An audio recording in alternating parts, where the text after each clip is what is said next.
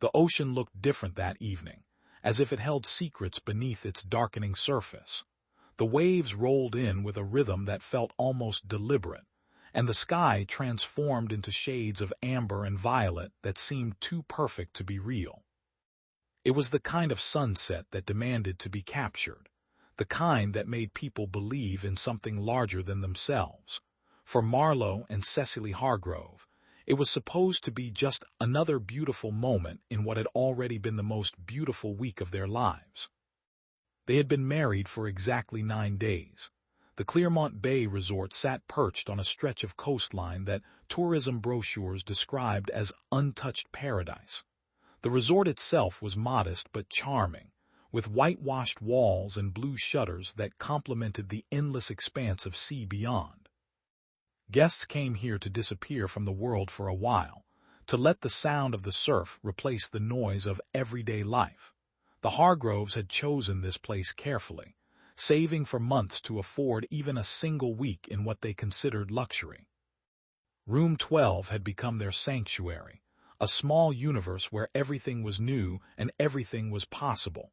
Marlowe was 26 years old, a high school mathematics teacher with a quiet intensity that students either loved or feared. He had a habit of adjusting his glasses when he was thinking deeply, pushing them up the bridge of his nose with his middle finger in a gesture that had become as familiar to Cecily as her own reflection. He was methodical in everything he did, the kind of person who planned road trips down to the minute and always carried a backup plan. His coworkers described him as reliable, his students as fair, and his friends as loyal to a fault. But Cecily knew a side of him that few others saw, a side that emerged in the margins of his carefully ordered life, where he wrote poetry he never showed anyone and collected vintage cameras he rarely used. Cecily was 24, a librarian at the county branch in their hometown of Ashmore, a place neither large enough to be a city nor small enough to be forgotten. She had auburn hair that caught light in unexpected ways and a laugh that made people want to keep talking just to hear it again. She was the person people confided in, the one who remembered birthdays and noticed when something was wrong. She had a gift for listening, for making silence comfortable rather than awkward. Marlowe had fallen in love with her the first time she recommended a book to him, not because it was popular, but because she had somehow understood exactly what he needed to read at that moment in his life. Their wedding had been simple, held in a community hall with folding chairs and handmade decorations. Cecily wore her mother's dress, altered to fit her smaller frame, and Marlowe wore a suit borrowed from his brother. There were 73 guests, most of them from Ashmore, where both families had lived for generations. The reception featured a playlist Marlowe had curated over 3 months, selecting each song for its significance or its ability to make people dance. They cut a 2-tier cake that Cecily's aunt had baked, and when they drove away in Marlowe's aging sedan with tin cans rattling behind them, everyone agreed they had never seen a couple more perfectly matched. The honeymoon had been everything they hoped it would be. They spent mornings walking along the beach, collecting shells, and afternoons reading in hammocks strung between palm trees. They ate fresh fish at the resort restaurant and learned to identify constellations from a chart Marlowe had brought. Cecily filled half a journal with observations and sketches, while Marlowe took photographs with the vintage Rolleiflex camera his grandfather had given him as a wedding gift. Every image was considered, every shot planned. He explained to Cecily how light worked, how composition could transform the ordinary into the extraordinary. She teased him about his seriousness, but loved watching him work, loved seeing the concentration on his face as he adjusted the settings and waited for the perfect moment. On their 9th day at Clermont Bay, the sunset promised to be spectacular. The resort manager, a weathered man named Douglas Finch who had lived on the coast his entire life, mentioned at breakfast that conditions were ideal. The humidity was right, he said, and there was just enough cloud cover to create what photographers called magic hour. Marlowe's eyes lit up with an excitement Cecily found endearing. He had been waiting for the perfect sunset, the one image that would capture not just light and color but feeling, memory, everything this week meant to them. They spent the afternoon preparing. Marlowe cleaned his camera lenses with a special cloth, checked his film supply, and consulted the tide tables he had picked up at the resort office. Cecily packed a small bag with water bottles, sunscreen, and the cardigan she always brought because evenings by the ocean turned cold faster than people expected. They told the front desk attendant, a young woman named Simone Breckenridge, that they would be back before dark. Simone smiled and wished them a beautiful evening, not knowing those would be the last words she would ever speak to them. The path to the overlook was well worn, used by countless guests over the years. It wound through coastal vegetation and over smooth rocks, climbing gradually to a promontory that offered unobstructed views of the western horizon. Other couples had carved initials into the wooden railing that marked the edge, declarations of love that weather had begun to erase.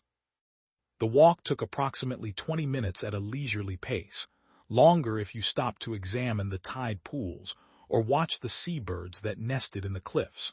Marlowe and Cecily left their room at 5:45 in the afternoon. The timestamp would later become crucial, verified by Simone, who noted their departure in the casual way one notices the comings and goings of guests. Several other visitors saw them on the path, a detail that would matter enormously in the days to come. A family returning from the beach passed them going the opposite direction and later remembered the couple, because Marlowe was carrying his camera like it was something precious, cradled against his chest to protect it from bumps and jostling. An elderly man sitting on a bench nodded to them as they walked by, registering their presence without really thinking about it, the way we acknowledge strangers in passing. They reached the overlook as the sun began its descent toward the waterline. Marlowe immediately began setting up, selecting his position with care, considering angles and perspectives. Cecily sat on the railing, legs dangling, watching both her husband and the sky. She had never been particularly interested in photography before meeting Marlowe, but his passion had become infectious. She understood now what he meant about light, about the way certain moments could only exist once and never be replicated.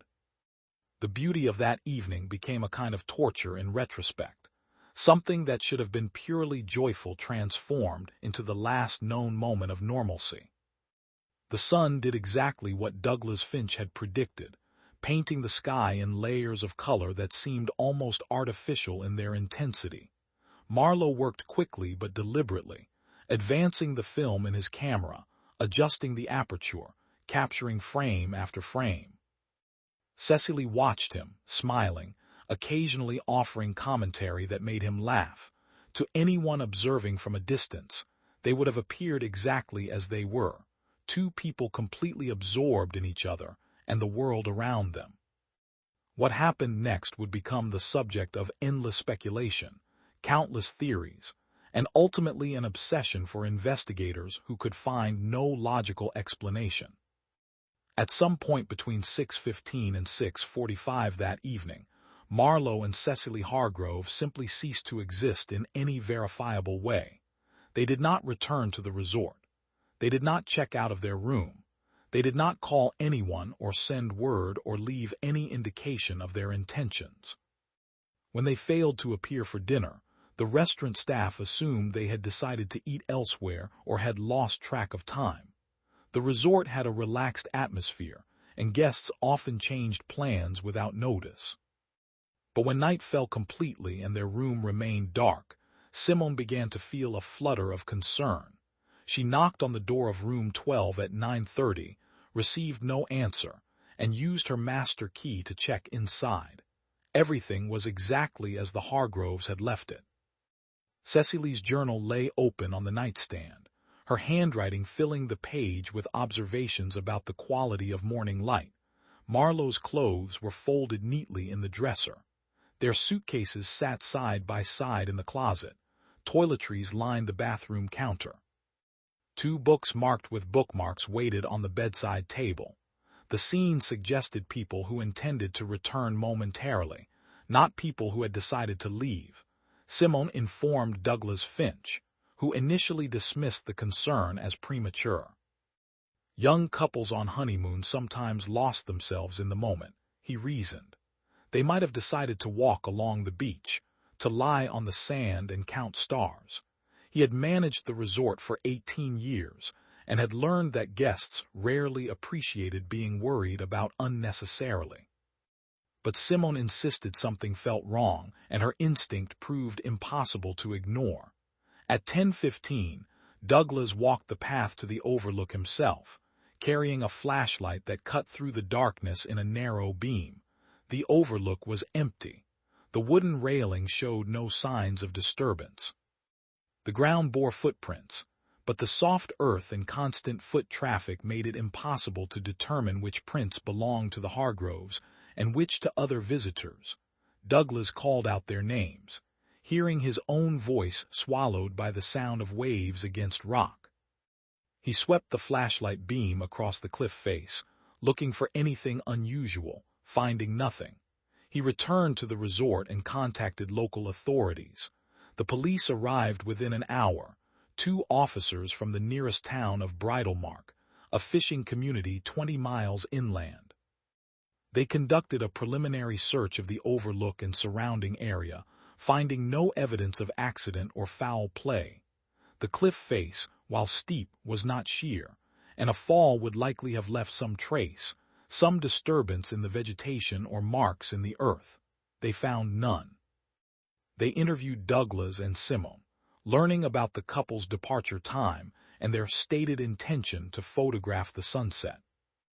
They examined room 12, noting the undisturbed nature of the scene, the presence of valuables including Cecily's wedding ring, which she had removed and left on the dresser, and Marlowe's wallet containing cash and identification. By dawn, the search had expanded. Volunteers from Bridlemark joined law enforcement in combing the coastline, the beaches, the hiking trails that crisscrossed the area. A helicopter from the regional police department flew low over the water, looking for any sign of bodies or debris. Divers searched the waters around the base of the cliffs. Search dogs tracked scents along the paths but found nothing conclusive. The Rolleiflex camera Marlowe had carried so carefully was never found. Neither was the small bag Cecily had packed. It was as if they had evaporated at the moment the sun touched the horizon. News of the disappearance reached Ashmore within 24 hours. Marlowe's brother, Graham, made the difficult journey to Clearmont Bay, identifying their belongings and confirming that his brother would never have left voluntarily without explanation. Cecily's parents, devastated beyond words, flew in from their home and spent days walking the same paths, calling their daughter's name until their voices grew hoarse. The local media covered the story extensively, printing photographs of the couple and asking anyone with information to come forward. Tips arrived in abundance, most leading nowhere, some clearly fabricated by attention seekers, none producing any verifiable leads. Investigators considered every possibility. Had they staged their own disappearance? The evidence contradicted this theory at every turn. They had left behind money, identification, cherished possessions, and had given no indication to family or friends of any distress or desire to start over. Had they been victims of a crime, the complete absence of struggle, the lack of witnesses, and the remote location made this scenario difficult to construct. Had they fallen from the cliff despite the lack of evidence? Search efforts found no bodies, no clothing, no sign of impact. Had they drowned? The ocean currents were strong, but experienced swimmers knew to respect them, and neither Marlowe nor Cecily had been seen entering the water. The investigation continued for months, gradually losing momentum as leads dried up and new cases demanded attention. The families never stopped searching, never stopped hoping, but hope became something heavy and painful, something that hurt to carry. Room 12 was eventually cleaned and rented to other guests. Life continued at Clearmont Bay Resort, though staff members never forgot the couple who disappeared, and Douglas Finch developed a habit of watching the sunset from his office window, as if he might see something that would explain the inexplicable. Years passed. The case file grew dusty. Marlowe and Cecily Hargrove became a local legend, a story told to tourists about the mysterious disappearance, the honeymoon that ended in vanishing. Their families held memorial services without bodies, grieved without closure, and learned to live with questions that had no answers. In Ashmore, their names became synonymous with tragedy, with the randomness of fate, with the terrifying fragility of human existence. And then, 6 years after that perfect sunset, an envelope arrived at the Bridlemark police station. It bore no return address, only a postmark from a city 300 miles away. Inside was a single sheet of paper, typed on what appeared to be an old manual typewriter, the letters slightly uneven, some darker than others. The message was brief but devastating in its specificity, containing details that had never been made public, information that only 2 people could have known. As the detective who opened the letter read the words, his hands began to tremble, and he understood that everything they thought they knew about the disappearance of Marlowe and Cecily Hargrove was about to change. The detective who opened the envelope that morning was named Raymond Callas, and he had not been part of the original investigation. He had transferred to Bridlemark 3 years earlier from a larger department, seeking the slower pace of coastal policing, a place where he could finish his career without the weight of unsolved homicides pressing against his chest at night. He had heard about the Hargrove case, of course. Everyone in the department knew the story, the way it had consumed the previous generation of investigators, the way it had left a stain of failure that never quite washed away. The letter sat on his desk for several minutes before he touched it. Something about the envelope felt wrong, felt heavy with intention. When he finally opened it and read the contents, he had to sit down, his legs suddenly unreliable. The words were simple, almost conversational in tone, but they contained information that made his throat tighten. The letter mentioned the constellation Marlowe, and Cecily had been studying the night before their disappearance, specifically Cassiopeia, which Cecily had said looked like a broken letter M. It described the exact meal they had eaten at dinner that final evening, details down to the way Cecily had sent back her fish because it was overcooked, something the restaurant staff had noted but never released to the public. It referenced a private joke between them about a guest in room 7 who wore the same floral shirt every day, a detail mentioned only in Cecily's journal, which had been kept as evidence and never shown to reporters. But it was the final paragraph that made Raymond pick up the phone with shaking hands. The letter stated that what happened to the Hargroves was not an accident, not a crime of opportunity, but something that had been waiting for them. It suggested that answers could be found in a place called the Mercy Archives, a name that meant nothing to Raymond, but would soon consume months of his life. The reopening of the case sent shockwaves through families that had spent 6 years learning to live with ambiguity. Graham Hargrove received the call from Raymond on a Tuesday afternoon while he was at work, teaching a chemistry class that his younger brother would have appreciated. He had to sit down at his desk after dismissing his students, pressing his palms against his eyes, feeling the careful structure he had built around his grief beginning to crack. Graham had aged visibly in the 6 years since Marlowe disappeared. His hair had gone gray at the temples, and he had developed a habit of touching his left wrist, where he wore the watch Marlowe had given him for his 30th birthday, a gesture of connection to someone who might be alive or might be gone. Cecily's mother, Dorothy Brennan, heard the news from a detective who drove to her home in Ashmore rather than deliver such information over the phone. She had been in the garden, tending roses that had become her therapy, her way of continuing when continuing felt impossible. The detective's arrival made her hands freeze on the pruning shears, and she knew before he spoke that something had changed. Dorothy had become active in organizations for families of missing persons, channeling her anguish into advocacy, speaking at conferences about the particular torture of not knowing. She had aged beyond her years, her face carved with the lines of someone who had cried more than any person should have to cry. The Bridlemark Police Department assigned additional resources to the case, bringing in specialists who had not been available during the original investigation. They re-interviewed everyone connected to the Hargroves' stay at Clearmont Bay, though most of the accounts remained unchanged after 6 years.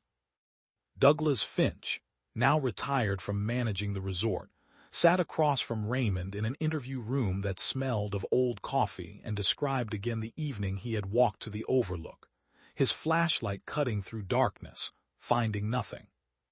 His memory had not improved with time, and he carried visible guilt for not acting sooner, for dismissing Simone's initial concern as premature worry. Simone Breckenridge had left Clearmont Bay 2 years after the disappearance, unable to continue working in a place that reminded her daily of the couple who had smiled at her and never returned. She had moved to a city inland, taken a job in a hotel chain where guests were anonymous and forgettable. When investigators tracked her down, she agreed to speak but made it clear the conversation was painful. She remembered details she wished she could forget, the way Marlowe had adjusted his glasses before thanking her for directions to the best viewpoint, the sound of Cecily's laugh when Simone mentioned that sunsets here were famous for making people lose track of time. She had nightmares for months afterward, dreams where she chased them down the path but could never catch up, could never warn them about something she did not understand. The Mercy archives mentioned in the letter proved difficult to locate.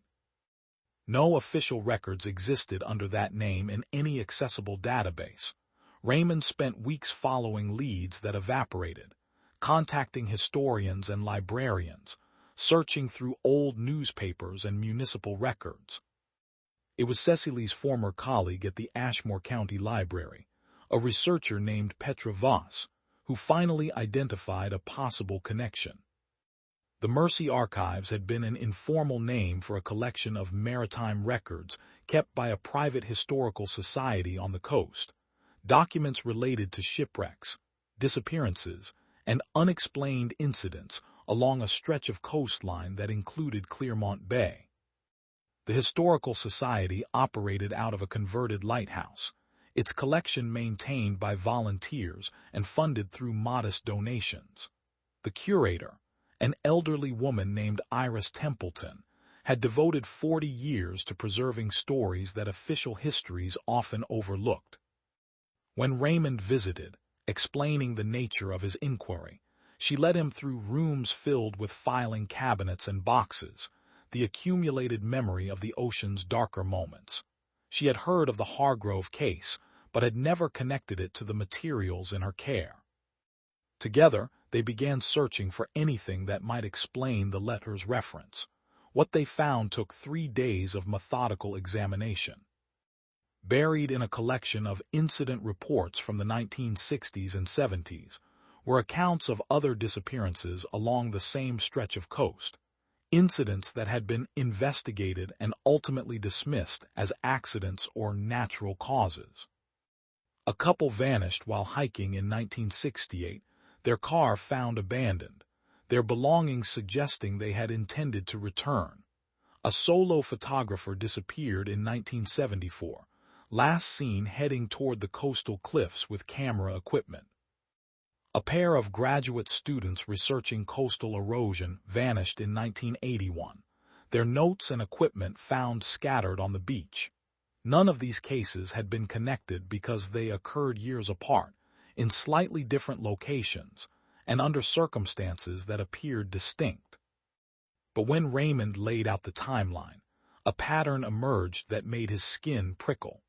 Every disappearance occurred during what locals called king tide events, when particular combinations of lunar cycles and ocean conditions created unusually high water levels.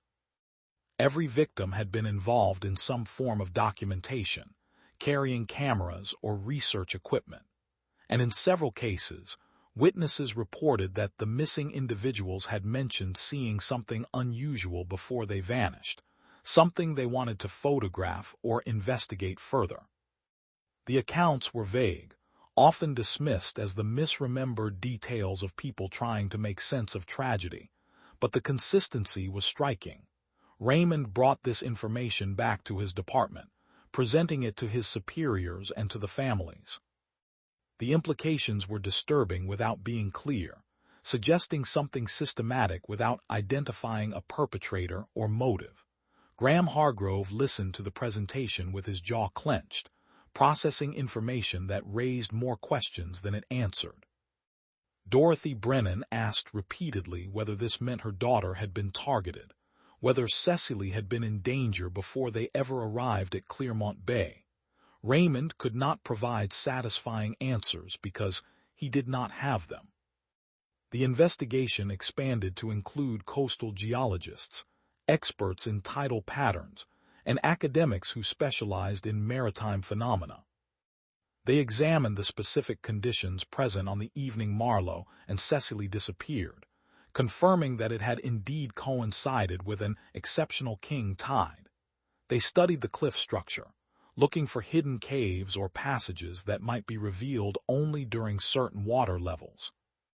Divers conducted more extensive searches of underwater formations, looking for places where bodies might have been trapped or concealed by rock and current. They found geological features that were fascinating from a scientific perspective, but yielded no evidence related to the disappearances.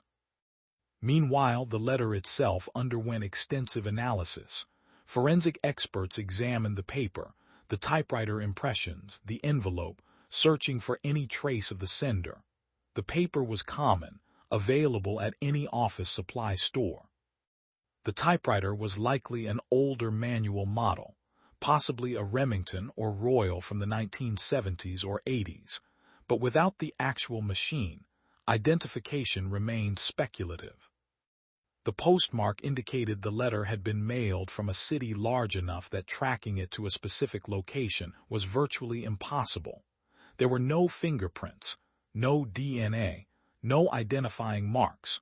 Whoever sent the letter had been careful, deliberate, and knowledgeable about forensic procedures. The media attention that followed the case's reopening brought both help and hindrance. Television programs featured the story, generating tips from across the country. Most were well-intentioned but useless, people who thought they had seen Marlowe or Cecily in grocery stores or airports, cases of mistaken identity that led nowhere. Some were clearly fabricated, individuals seeking attention or hoping for reward money that did not exist. A few contained kernels of genuine information that had to be painstakingly verified and usually debunked. The noise made it difficult to identify legitimate leads, and Raymond found himself working 16-hour days trying to separate signal from static. In Ashmore, the renewed attention transformed the Hargroves from tragic memory into immediate concern once again. The high school where Marlowe had taught held an assembly in his honor. Students who had never known him listening to former colleagues describe his dedication and kindness. The library where Cecily had worked created a small memorial display, featuring photographs and her recommendation lists, the careful annotations she had made in the margins of catalog cards. The community, which had processed its grief and moved forward, found itself pulled back into active mourning. Graham struggled with the dual burden of hope and dread. The letter suggested his brother had not simply fallen victim to a random accident, which meant Marlowe might have suffered, might have been afraid, might have known what was happening to him.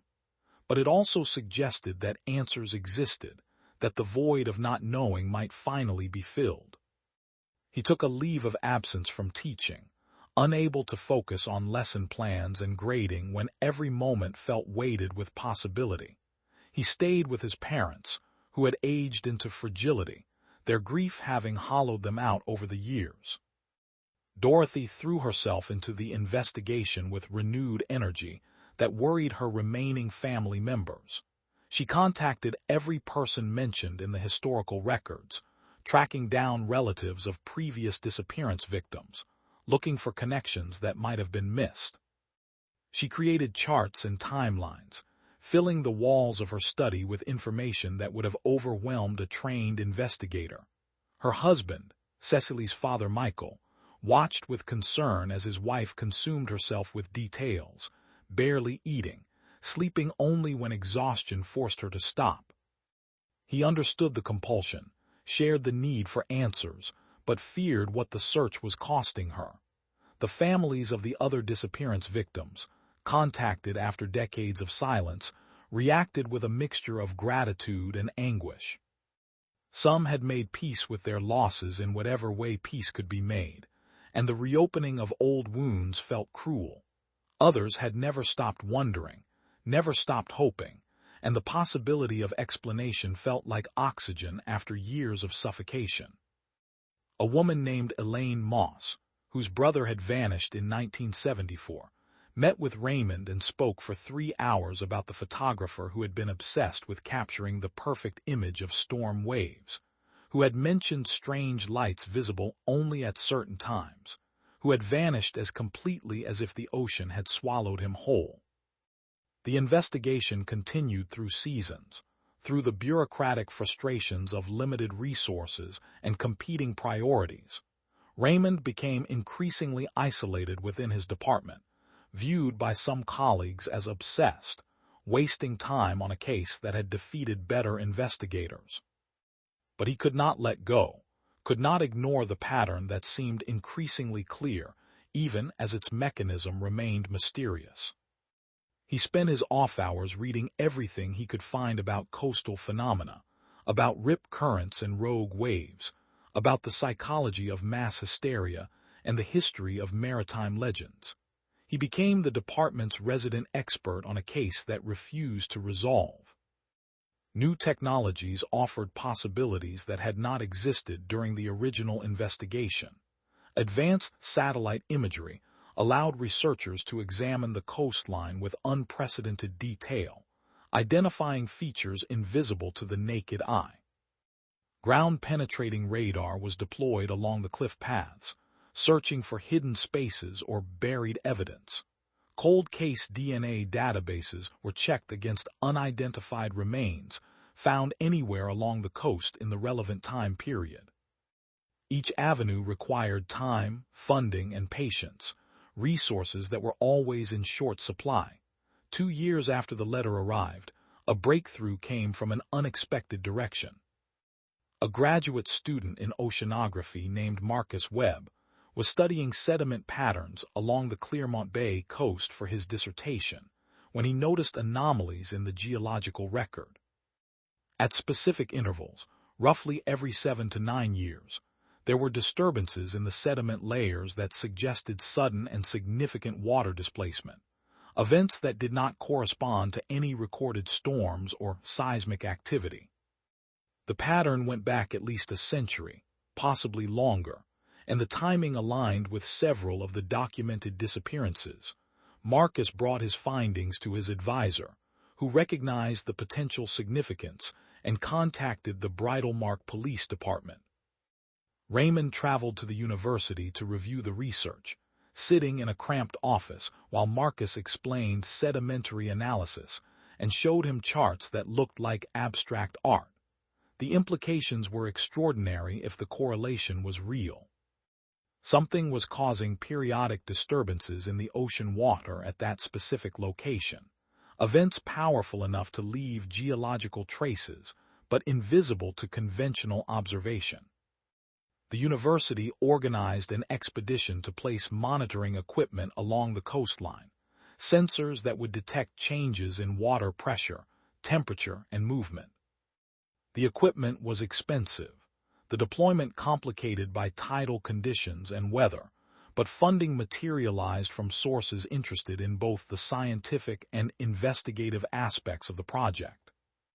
Raymond attended the installation, watching technicians secure instruments to rocks and cliff faces, cables running to recording devices protected in waterproof housings. The data would accumulate over time, potentially capturing whatever phenomenon Marcus had identified in the sediment record. While they waited for the sensors to produce meaningful data, Raymond returned to the human elements of the case. He reread every interview transcript, every witness statement, looking for details that might have been overlooked or undervalued. He found a reference in the original case file to a local fisherman who had mentioned strange currents near the overlook, water that seemed to move against the prevailing patterns. The fisherman, Samuel Rourke, had been interviewed briefly but dismissed as unreliable because of a history of exaggerated stories and a reputation for superstition. Raymond tracked down Samuel, now in his 70s, and living in a care facility near Bridlemark. The old fisherman's memory was sharp despite his age, and he spoke at length about the waters he had known his entire life. He described phenomena that he had observed but could not explain, patches of ocean that seemed darker than the surrounding water, moments when his equipment would malfunction for no apparent reason, times when he felt a presence that made him turn his boat away from areas he normally fished. He had learned to read the signs, he said, to recognize when the ocean was in a particular mood, when it was safer to stay away. Samuel's accounts were dismissed by some investigators as folklore, the superstitions of someone who had spent too much time alone on the water. But Raymond listened carefully, recognizing that traditional knowledge sometimes identified patterns that science took years to validate. Samuel marked locations on a nautical chart, areas he had learned to avoid, and Raymond noticed that one of them corresponded exactly to the waters below the overlook where Marlowe and Cecily had disappeared. As the third anniversary of the letter's arrival approached, the monitoring equipment began to record something unusual.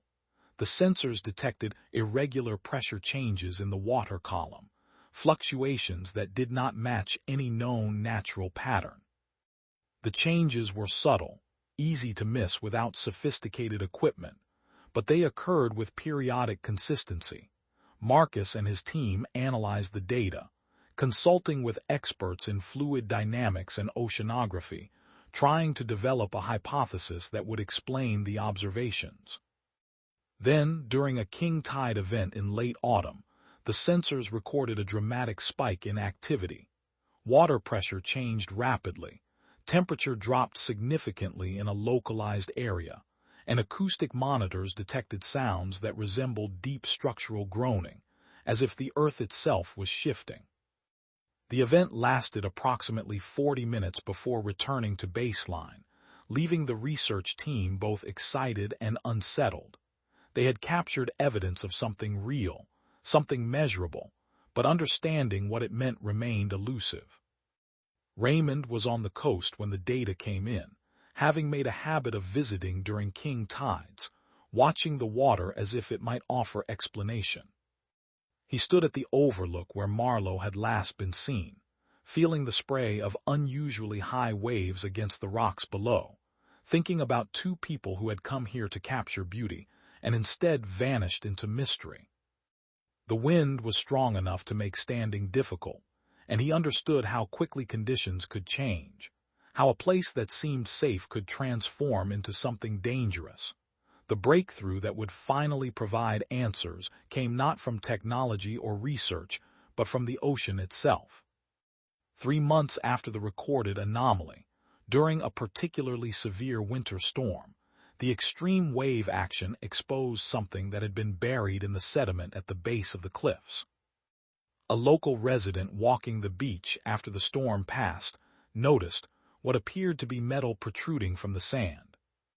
Upon closer examination, it proved to be a severely corroded camera, its distinctive shape suggesting it might be a Rolleiflex, the same model Marlowe had been carrying the day he disappeared. The discovery was reported immediately, and the site was secured as potential evidence. Archaeological techniques were employed to excavate the surrounding area, careful brushing away of sand and sediment, revealing more objects embedded in the compacted material. A waterproof bag, its fabric deteriorated but contents partially preserved. Personal items that might have belonged to Cecily, and fragments of what appeared to be other equipment, pieces from different time periods, suggesting that this location had been collecting lost objects for years, perhaps decades. The camera was transported to a forensic laboratory, where specialists worked with painful slowness to preserve whatever might remain inside. The corrosion was extensive, the internal mechanisms fused by salt water and time, but modern imaging techniques allowed them to examine the film chamber without physically opening it. Against all probability, film remained inside, protected by the camera's robust construction. Whether any images had survived was impossible to determine without development, a process that would destroy the evidence if conditions were not precisely controlled. A specialist in historical photography was brought in, someone with experience recovering images from damaged film. The process took weeks of preparation, testing with similar vintage film to establish protocols, creating an environment that would give the best chance of revealing whatever Marlowe had captured. Raymond waited with the families, all of them understanding that the film might be blank, might be too damaged to yield anything recognizable, might only add to their questions rather than answer them.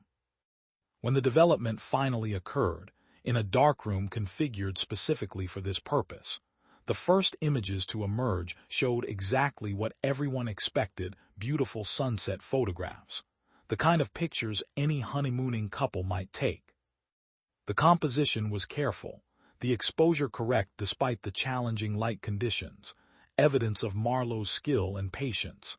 Cecily appeared in several frames, smiling, her hair moved by wind, looking at the camera with an expression of pure happiness. But the final exposures on the roll showed something different, something that made the photographer developing them call Raymond immediately. The images were harder to interpret, the light was failing, but they showed the ocean below the overlook, waves that seemed irregular in their patterns. And in one frame, enhanced through digital processing, there appeared to be a disturbance in the water, something that created an absence rather than a presence, a darkness that did not match the surrounding sea. Marlowe had seen it and tried to photograph it, that much was clear. What happened after that final exposure remained, for now, a question waiting for answers that the ocean was only beginning to surrender. The photograph changed everything and nothing simultaneously. It provided evidence that something had occurred, something Marlowe had witnessed and tried to document, but it could not explain what that something was or what had happened in the moments after the shutter closed. Raymond sat in the laboratory long after the others had left, studying the enhanced image on a high-resolution monitor, trying to will meaning from pixels and shadows. The darkness in the water looked almost deliberate, a void that seemed to absorb light rather than reflect it. Oceanographers who examined the image offered theories ranging from unusual algae blooms to gas eruptions from the seafloor, natural phenomena that could create localized discoloration. But none of these explanations accounted for the timing, the pattern of disappearances, or the sediment disturbances Marcus had identified. Graham arrived at the laboratory the following morning, having driven through the night after receiving Raymond's call. He stood before the monitor displaying his brother's final photographs, his hand unconsciously moving to the watch on his wrist. The images of Cecily smiling into the camera made him look away, the reminder of her vitality too painful when set against the mystery of her absence. But the final photograph, the one showing the disturbed water, held his attention in a different way. He could imagine Marlowe's thought process, the photographer's instinct to document the unusual, to capture something that seemed out of place in the natural order. Graham asked if he could have copies made, something to prove that his brother had existed in those final moments, that there was a record, however incomplete. Dorothy requested to see the photographs as well, making the journey with Michael despite his concerns about her fragile health. She had lost weight over the years of searching, her frame becoming insubstantial, as if grief was consuming her from within. But when she looked at the images of her daughter, something in her face softened, the hard shell of investigative obsession cracking to reveal the mother underneath. She touched the screen gently, tracing the outline of Cecily's face, and wept in a way she had not allowed herself to weep in years. Michael held her, and Raymond left them alone with their daughter's image, understanding that some moments required privacy. The discovery of the camera and its contents reignited public interest in the case. News organizations that had moved on to other tragedies returned, requesting interviews and updates. True crime podcasters descended on Bridalmark, some respectful in their inquiries, others exploitative in ways that made Raymond's jaw clench with anger. The families were offered money for exclusive access, proposals that Graham rejected with barely controlled fury. This was not entertainment, he told one particularly persistent producer. This was the destruction of real lives, the permanent alteration of real families. The university expedition continued its monitoring, the sensors now providing a baseline of normal conditions against which anomalies could be measured. Marcus Webb expanded his research, incorporating the photographic evidence into his dissertation and working with a growing team of specialists who found the mystery intellectually compelling. They deployed additional equipment, including underwater cameras that could be remotely operated, positioned to capture whatever might occur during the next significant tidal event. The waiting became its own form of torture. King tides occurred on predictable schedules based on lunar cycles, but the anomalous events within those tides appeared less regular, influenced by factors the researchers had not yet identified. Raymond found himself checking weather reports obsessively, monitoring tidal predictions, planning his schedule around the possibility of being present when the next disturbance occurred. His colleagues worried about his mental state, the way the case had consumed him, but he could not explain the compulsion he felt to witness what Marlowe had seen, to understand what had drawn two people into vanishing. 4 months after the camera's recovery, during a spring tide that brought water levels to their seasonal peak, the sensors recorded another event. This time, with the expanded monitoring system in place, the data was far more comprehensive. The disturbance began as before, with pressure changes and temperature drops, but the underwater cameras captured something that made the research team call an emergency meeting. The footage showed sediment being disturbed from below, an upwelling of material that created the dark patch visible from above. But more significantly, the cameras recorded a brief opening in the rocky seafloor, a fissure that appeared to lead into darkness before closing again as the water pressure normalized. The implications were staggering. What they were witnessing appeared to be a temporary breach in the geological structure, a phenomenon that might explain how objects and potentially people could vanish without trace. The opening was small, perhaps 2 meters across during its maximum extent, but the force of the water movement around it created a powerful localized current. Anything caught in that current when the fissure opened would be pulled downward with tremendous force, drawn into whatever lay beneath. Geological surveys of the area had never identified cave systems or hollow spaces, but the monitoring data suggested something existed below the seafloor that conventional surveys had missed. The university obtained funding for a more extensive exploration, bringing in specialists with ground-penetrating sonar and seismic imaging equipment. The resulting scans revealed what appeared to be a network of narrow passages within the rock, spaces carved by ancient water action and possibly connected to underground aquifers. The passages were unstable, subject to pressure changes from tidal forces and potentially collapsing and reopening on irregular cycles. The discovery provided a mechanism but not closure. If Marlowe and Cecily had been caught in the current during one of these events, if they had been pulled into the fissure, their bodies would be somewhere in the passage system below. The prospect of recovery seemed remote given the instability of the structure and the years that had passed, but it transformed the investigation from mystery to tragedy with explanation. They had not been victims of crime or deliberate harm.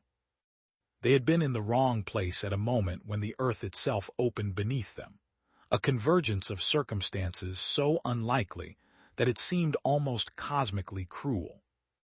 The families received this information in Raymond's office, all of them gathered in a space too small for the weight of what was being shared. Graham listened with his hands pressed flat against the table, as if he needed to feel something solid to anchor himself. Dorothy held Michael's hand so tightly that her knuckles went white, and when Raymond finished explaining, she asked the question that everyone was thinking: could they bring them home? Raymond had to explain that the passages were too narrow for safe human exploration, that the instability made any attempt at recovery extremely dangerous, that even if bodies remained intact after 6 years in such an environment, reaching them might be impossible. Graham asked if they were certain, if there was any possibility that Marlowe and Cecily had survived the initial event, that they might have found air pockets or ways out. The question came from desperate hope rather than logic, and Raymond answered it with as much gentleness as he could manage. The force of the water movement, the nature of the passages, the complete absence of any sign that they had emerged elsewhere, all pointed to a rapid and likely instantaneous conclusion. They would not have suffered long if that provided any comfort. Graham nodded slowly, accepting what he already knew but needed to hear confirmed. The official finding was death by misadventure, a phrase that seemed inadequate to describe what had occurred. The case was formally closed. The investigation concluded with explanations that satisfied legal requirements but left emotional voids that would never be filled. Memorial services were held in Ashmore, in the church where Marlowe and Cecily had been married, with both families finally able to grieve with some measure of understanding. The services were attended by hundreds of people whose lives had been touched by the couple in their brief time together. Students who remembered Marlowe's patience, library patrons who remembered Cecily's kindness, friends who remembered the way they had looked at each other as if the rest of the world was just context for their connection. Graham spoke at his brother's service, his voice breaking as he described the person Marlowe had been, the brother who had taught him to see beauty in mathematics, who had believed that every moment could be captured and preserved if you paid enough attention. He held up the watch Marlowe had given him and said he would continue wearing it, not as a memorial to loss but as a reminder to notice time passing, to appreciate what existed before it transformed into memory. The congregation wept with him, for the cruelty of a universe that could extinguish brightness so arbitrarily. Dorothy could not speak at Cecily's service, her grief beyond words, but she had prepared a written statement that Michael read on her behalf. It spoke of a daughter who had known how to listen, who had made people feel seen and valued, who had filled journals with observations because she believed the world deserved attention. The statement included a passage from one of Cecily's journals, written on their honeymoon, describing the feeling of being completely happy, of looking at her life, and finding it exactly as she hoped it would be. The words were almost unbearable to hear, the contrast between that happiness and its abrupt termination too sharp, but they were also a gift, evidence that Cecily's final days had been joyful. The resolution of the case brought a certain peace, but also a strange emptiness. For years, the mystery had provided something to fight against, a problem demanding solution. With answers came the removal of that purpose, leaving families to confront grief without the distraction of investigation. Dorothy stopped filling her study with charts and timelines, the walls gradually returning to their previous blankness.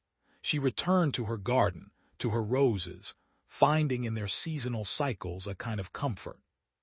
Plants died and returned, each spring bringing renewal, and she learned to appreciate that rhythm even as she knew her daughter would not return with the flowers. Graham eventually went back to teaching, carrying his experience into his interactions with students. He noticed the quiet ones more, the students who seemed to exist on the margins, and he made efforts to connect with them, to let them know they were seen. He could not save his brother, could not turn back time and warn Marlowe away from that overlook, but he could honor his memory by being present for others. The watch on his wrist became a talisman, something he touched during difficult moments, a physical reminder of connection that death could not entirely sever. Michael worried about Dorothy but learned to trust her resilience.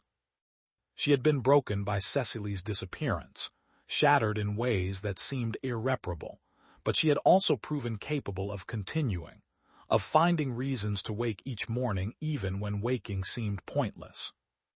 They traveled together, visiting places Cecily had wanted to see, carrying her memory into landscapes she would have appreciated.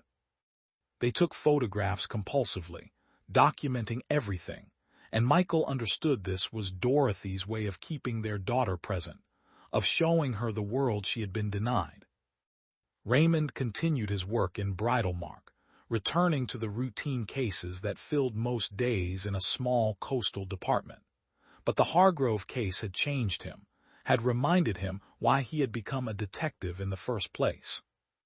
It was not about solving puzzles or achieving closure statistics. It was about standing witness to people's pain and doing everything possible to provide answers, even when those answers were incomplete. He thought often about the letter that had reopened the investigation, the anonymous sender who had known details no one else could have known. The letter had never been explained, its author never identified, and Raymond wondered if it had been someone else who had witnessed the anomaly and survived, someone carrying guilt for not warning others, someone who could only help from a distance. The university published its findings in several academic journals, contributing to scientific understanding of coastal geological processes and tidal phenomena. Marcus Webb completed his dissertation and went on to study similar formations in other parts of the world, becoming an expert in rare maritime geological events. He dedicated his work to Marlowe and Cecily Hargrove, acknowledging that tragedy had led to discovery, that their loss had advanced human knowledge in small but meaningful ways. It was cold comfort for their families, but perhaps better than the alternative, better than their disappearance meaning nothing beyond personal devastation. Clermont Bay Resort continued its operations, though management installed new warning signs along the coastal paths and implemented policies about guest safety during high tide events. Douglas Finch, in his retirement, became an advocate for coastal safety awareness, speaking to tourism boards and resort associations about the need to respect natural forces and educate visitors about risks that might not be immediately apparent. He could not undo his failure to act more quickly on the night the Hargroves disappeared, but he could try to prevent similar tragedies, and that effort gave purpose to his remaining years. Simone Breckenridge eventually returned to coastal work, accepting a position at a small inn where she felt she could start over without the weight of memory pressing against her. She had spent years in therapy working through the guilt of being the last person to speak with Marlowe and Cecily, learning that she bore no responsibility for their fate, that she could not have known what would happen. The acceptance came slowly, imperfectly, but it came, and she learned to smile at guests again without wondering if she was watching them leave for the last time. The families of other disappearance victims found varying degrees of peace in the explanation. Some felt validated, their losses finally acknowledged as part of a pattern rather than isolated misfortunes. Others felt the explanation raised new questions about what might have been done to prevent tragedies if the pattern had been recognized sooner. Elaine Moss, whose brother had vanished in 1974, visited the site with Raymond and stood at the overlook where her brother had last been seen. She placed flowers on the rocks and said goodbye with words she had carried for decades, releasing them finally into the wind and spray. Years continued to pass, as years do regardless of human grief. The monitoring equipment at Clearmont Bay recorded additional events, each one documented and studied, contributing to a growing understanding of the phenomenon. Warning systems were developed to alert people when conditions suggested increased risk, crude but potentially life-saving.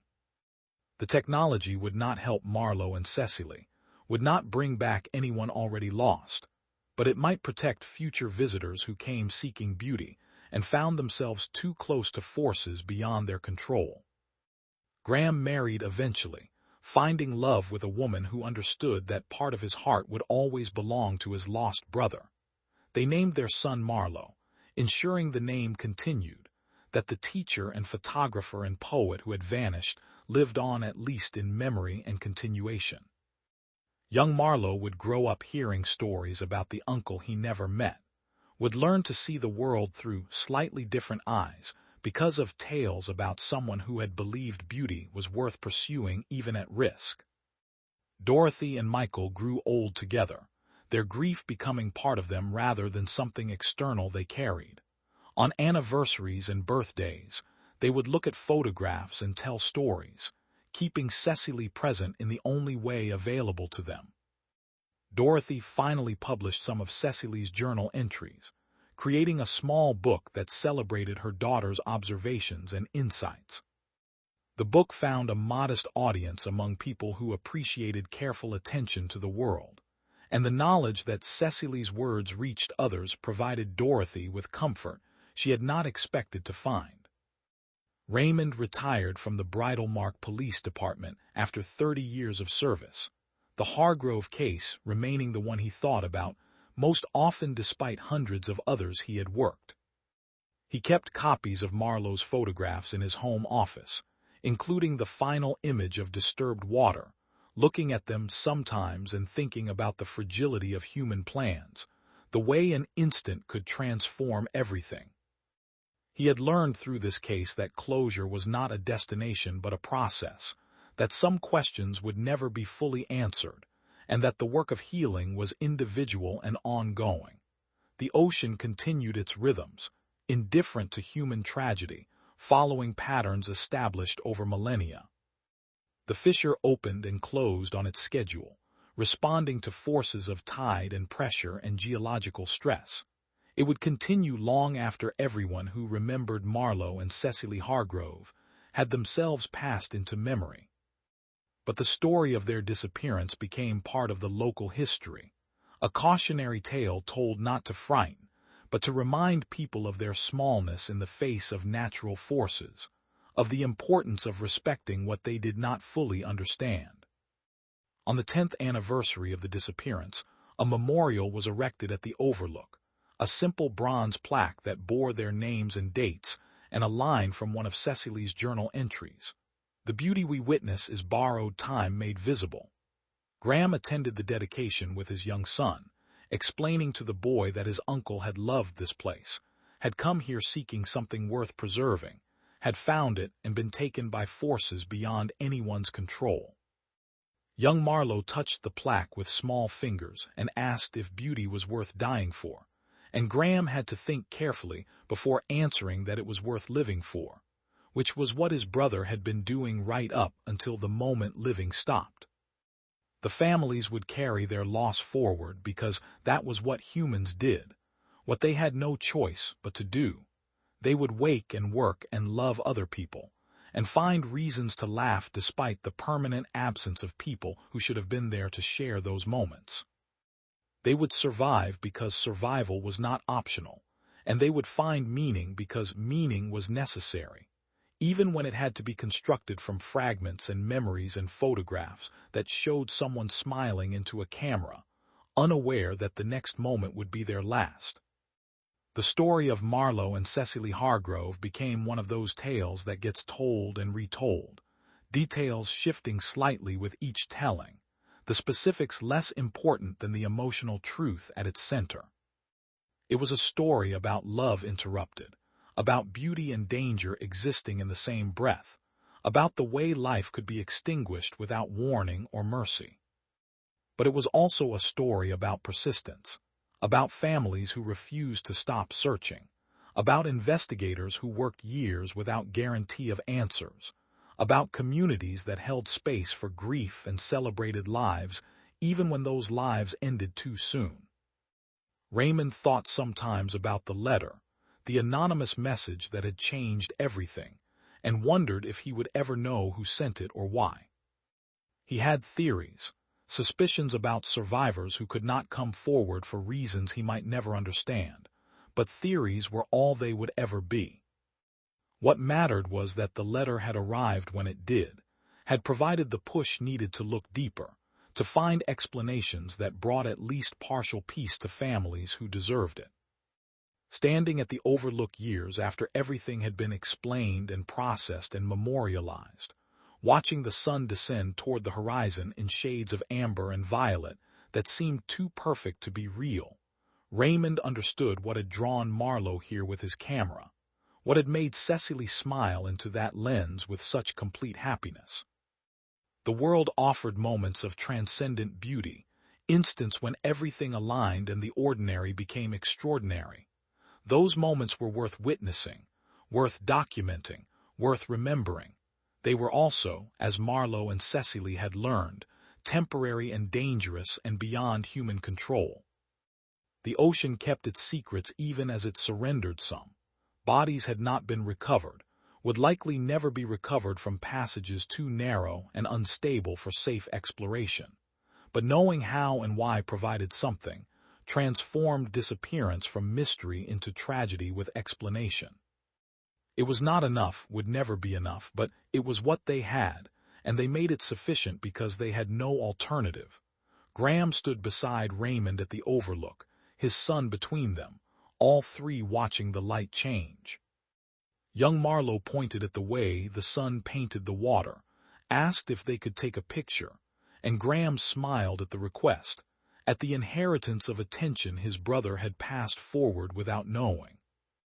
They took the photograph from a safe distance, respecting the warnings and the knowledge that had been purchased at such terrible cost, capturing beauty without surrendering to it.